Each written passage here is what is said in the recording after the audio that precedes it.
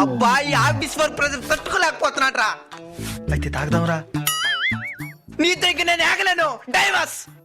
అయితే తాగదాంరా. అబ్బా జలుబు ఎక్కువైపోయినదిరా. అయితే తాగదాంరా. ఏంద్రీ బైక్ స్టార్ట్ అవ్వలేదా?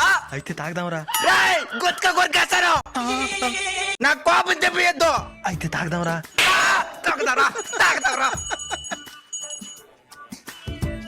మచ్చా ఎక్కడికి పోతున్నారా? నీకెందుకు చెప్పాలి? అడిగింది నేనే కదా, అందుకని చెప్పాలి.